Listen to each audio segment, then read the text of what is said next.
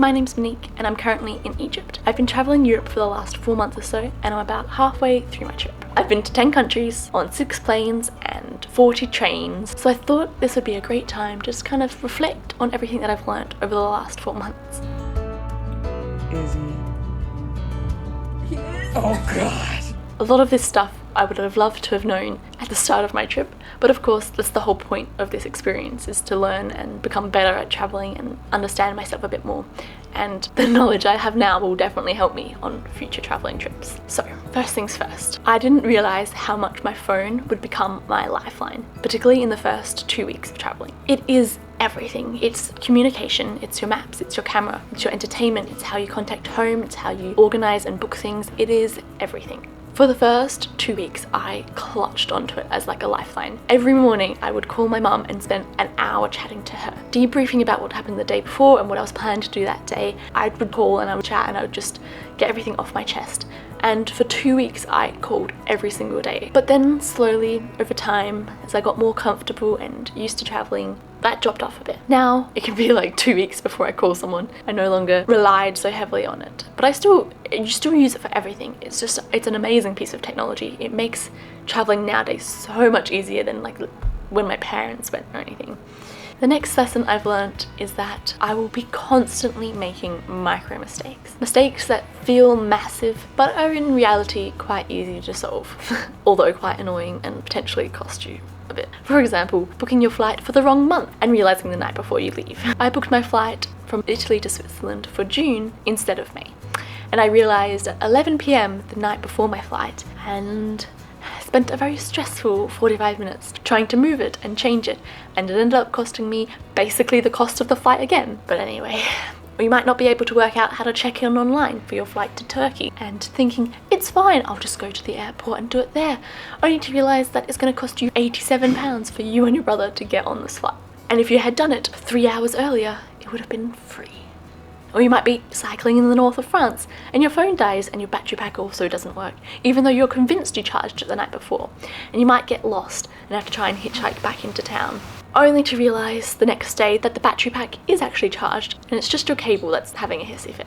So things will be constantly going wrong. That is half the fun of travelling. That is the point of it, to be honest. It's where you grow when things don't go your way. But I have learnt now that pretty much every problem has an easy solution, and you just need to stay calm and slowly plot along and work out how to solve it.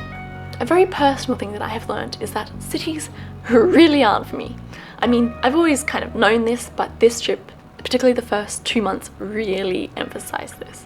I was kind of going from major city to major city. I wanted to see these famous cities that I've heard so much about. I didn't enjoy them nearly as much as I enjoyed it when I was out hiking or I was in a small little town that I could walk into nature from. And being in these big cities just really wasn't for me, and that first 2 months I was just kind of waiting to meet up with my granddad and go travelling with him because I wasn't quite enjoying those first 2 months. Like, I wouldn't change anything if I was restarting my trip because I want to have experienced all the things I did experience, and I met some amazing people and had some great times and I got to see some amazing sights. But I realised that in future travels, I really just want to be out in the nature and exploring the natural beauty.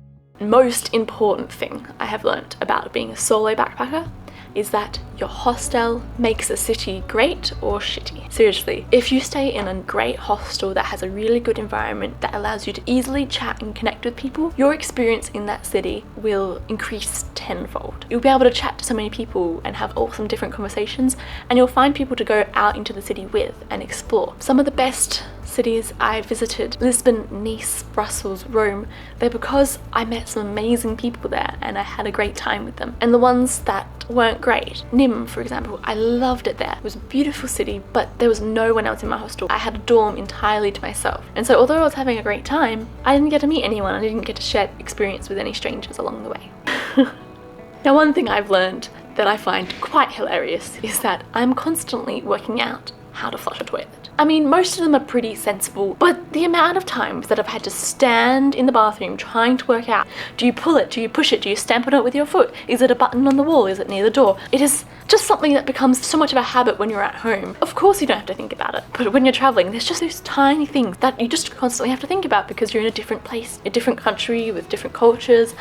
It's just something hilarious that I've learned, is that you'll be surprised the amount of times you have to try and work out how to flush a toilet, because they're all very different.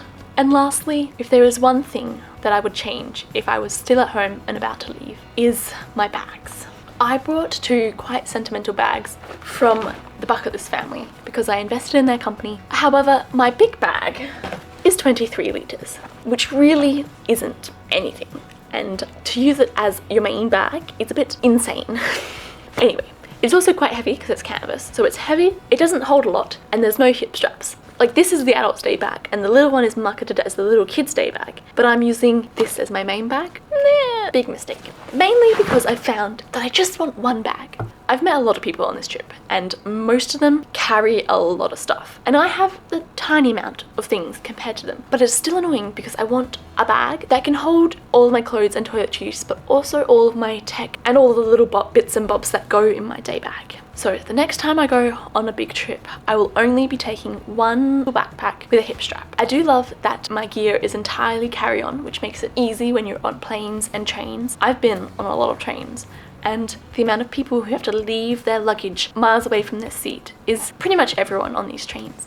And I have a bit of a fear that someone's just gonna like jump on board and steal one of the suitcases off the train. So the fact that I can put one above my head and one at my feet really is great. That I don't have to wait at baggage claim after getting off a plane, amazing. But having to carry those 2 bags plus a little tote bag that I often have full of books, because even though I read most of my books online, still want physical books with me, just makes it for a lot of stuff to carry around, particularly when you have no hip strap and so that all the weight is on your shoulders. But I can't change bags now because they have so much sentimental value. Look at this bag. It is faded beyond belief. It should be dark blue, but it's not. And this bag has a bunch of patches from all of my trips on it. And I started with these bags and I want to finish with these bags, and they mean a lot to me because I've been so inspired by the Bucket List family and all of these other YouTubers that travel the world. But I will not be using them again. I will be taking one bag next time I go traveling, a nice backpack that is still carry-on, that fits all of my things, and that I can walk around the city or hike with, yet it is everything I'm taking. Anyway, that is quite a few of the things I have learned over the last 4 months, and just wow, I can't believe I've been traveling for 4 months. It's gone by so fast and so slowly, and I'm just trying to enjoy these moments, to learn as much as I can about traveling and about how I like to travel.